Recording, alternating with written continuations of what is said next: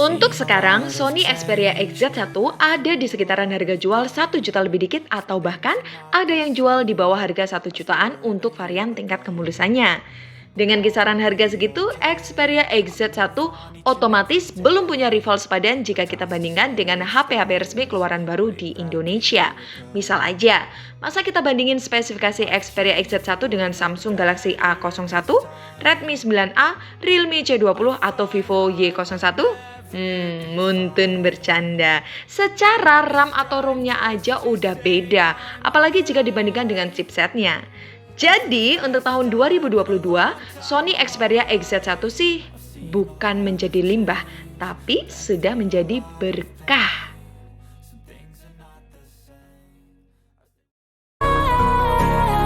And I'll tell myself it's fine to be alone,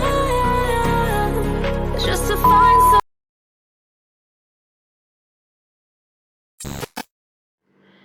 Desain Xperia XZ1 sebagian besar mengkloning desain kakaknya, yaitu Xperia XZ Premium. Dari segi peletakan kamera belakang, kamera depan, speakers, tombol volume, tombol power, SIM card, jack audio bisa dibilang identik dengan Xperia XZ Premium. Dengan dimension panjang 148 mm, lebar 73,4 mm, dan ketebalan 7,4 mm dengan bobot yang tergolong ringan yaitu 155 gram saja. Xperia XZ1 punya komposisi ukuran dan build body yang lebih nyaman digunakan dibandingkan dengan Xperia XZ Premium. Frame bodinya all round, terbuat dari metal, diperjelas dengan guratan aksen garis antena yang mempermanis desainnya. Back cover materialnya metal yang solid, terkesan flat dan pipih, serta nggak kalah juga front covernya dilindungi oleh Corning Gorilla Glass 5. Jadi jelas kalau amit-amit Xperia XZ1 jatuh, paling ya bodinya agak penyok aja, tidak sampai pecah seperti halnya bahan material dari kaca. Grip pegangannya juga pakem, tidak licin karena masih menganut sistem loop surface di kedua sisinya, membuat Sony Xperia XZ1 cocok bagi pengguna yang sedikit punya jiwa barbar dalam pemakaian sehari-hari.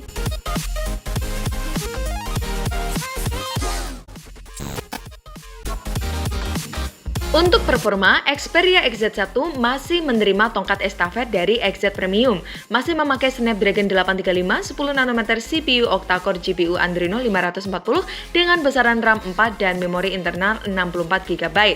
Slot memory card-nya pun masih tersedia. Untuk performa 11-12 lah dengan XZ Premium, semua kinerja berat dan kelas flagship masih bisa diemban cukup baik oleh Xperia XZ1. Mungkin bedanya cuma clock speed-nya aja ya.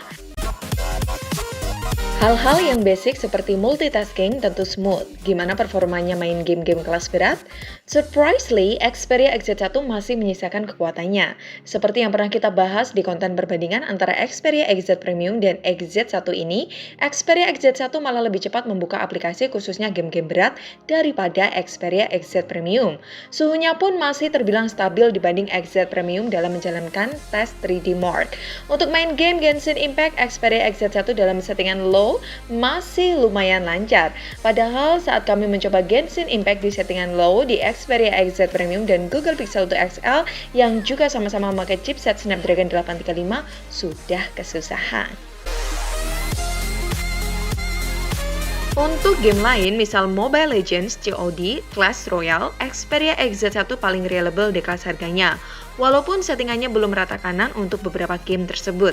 Minimal saat kita memainkan tidak terlalu terjadi lag atau frame rate yang turun secara signifikan.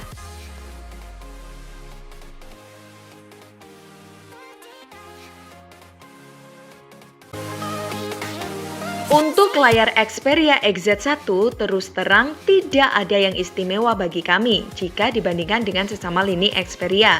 Jika udah terbiasa melihat layar dari Xperia XZ Premium, XZ2 Premium, atau Xperia 1, jelas XZ1 terkesan kurang gonjreng.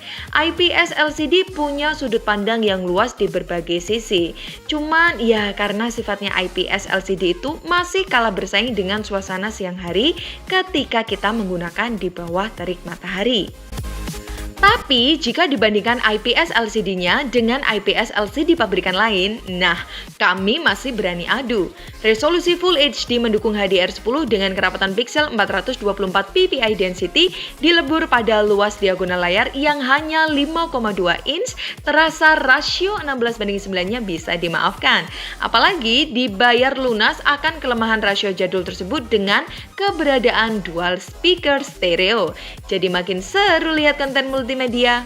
Kalau subjektif kami sih, mending pilih dual speakers daripada full display yang speakernya mono. Apalagi speakernya di bawah body, jadi nggak nyaman deh. Sedangkan Xperia XZ1 dual speakernya dua-duanya langsung menghadap ke atas ketika posisi landscape.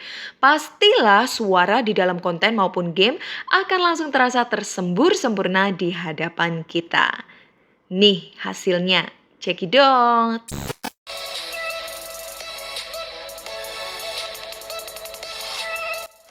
Untuk suaranya, ciri khas dual stereo speaker HP zaman dulu ya jangan dibandingkan dengan HP flagship terbaru. Hasil suaranya kurang keras tapi balance dan masih renyah didengar, minimal treble-nya nggak terasa cempreng.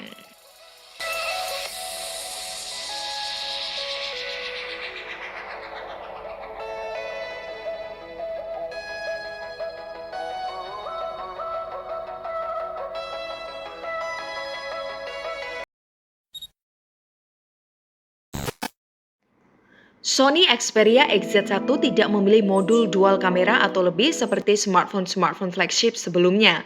Sony lebih memilih menggunakan sistem kamera Motion Eye yang mana sistem kamera tersebut memiliki sensor 19 megapiksel dengan kemampuan predictive capture. Fitur tersebut mengizinkan kamera untuk mengambil gambar sebelum pengguna memencet shutter untuk meminimalisir kehilangan momen. Setelah Anda berhasil mendapatkan momen, di sistem, tepatnya di galeri, akan memberikan suges pilihan hasil foto yang terbaik.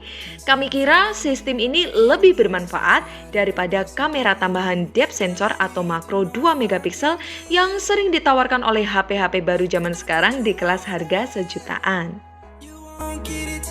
Hasil single kameranya 19 megapiksel f2.0 pun ya bisa dibilang kelas HP-HP mid-range 3 jutaan ke atas lah kalau sekarang nih ya. Cuma untuk kamera selfie-nya 13 megapiksel f2.0 hasilnya jika dibandingkan dengan hasil pabrikan klan BBK Group masih kalah cantik lah ya. Efek yang ada cuma efek kulit halus aja. Belum ada efek mata belok, pipi ramping, hidung bengkok, dagu runcing. Jadi untuk cewek-cewek yang doyan selfie, HP ini belum cocok.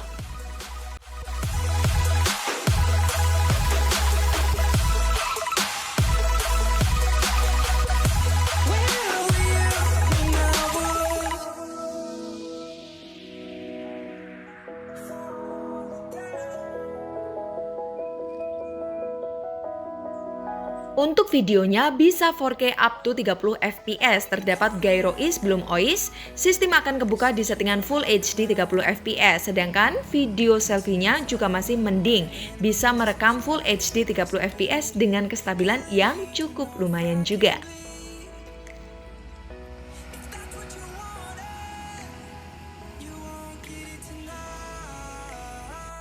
Kanan kiri dikepung.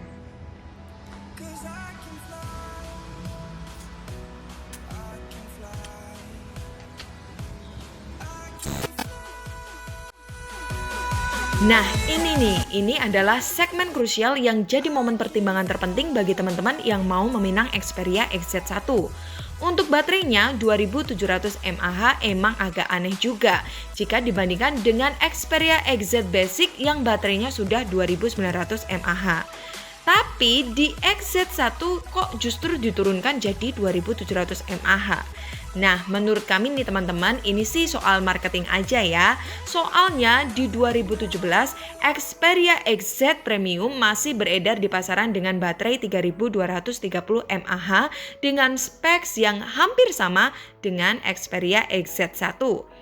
Jika baterainya XZ1 dinaikkan jadi 3000 mAh, ya XZ Premium kurang punya daya tarik dong. Secara harga XZ Premium kan lebih mahal. Pakai HP ini untuk seharian tanpa charge adalah misi yang mustahil. Jadi siapkan power bank atau kabel charge, jangan sampai tertinggal. Dalam sehari pemakaian normal bisa 2 kali charge bahkan lebih jika teman-teman pakainya intens.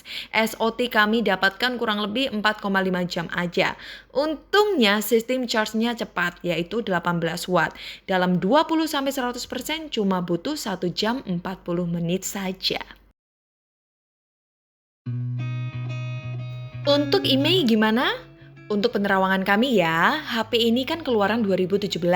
Harusnya aman jika sudah diaktifkan sebelum era pemblokiran. Tapi misal teman-teman dapat unit yang baru aja diimpor dari Jepang di tahun 2019 atau lebih, ya mungkin bisa jadi kena begal. Solusinya apa? Beli HP limbah Jepang minimal harus punya HP cadangan boy yang bersifat HP resmi. So, bisa dipilih HP cadangan atau HP kedua yang speknya biasa-biasa aja dan murah banget juga nggak apa-apa.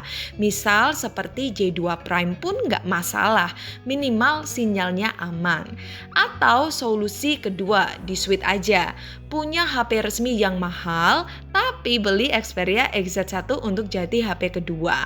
Ini sih juga no problemo. Yang pasti kami sangat tidak menyarankan teman-teman beli HP limbah Jepang dengan tangan kosong. Maksudnya tanpa punya HP cadangan.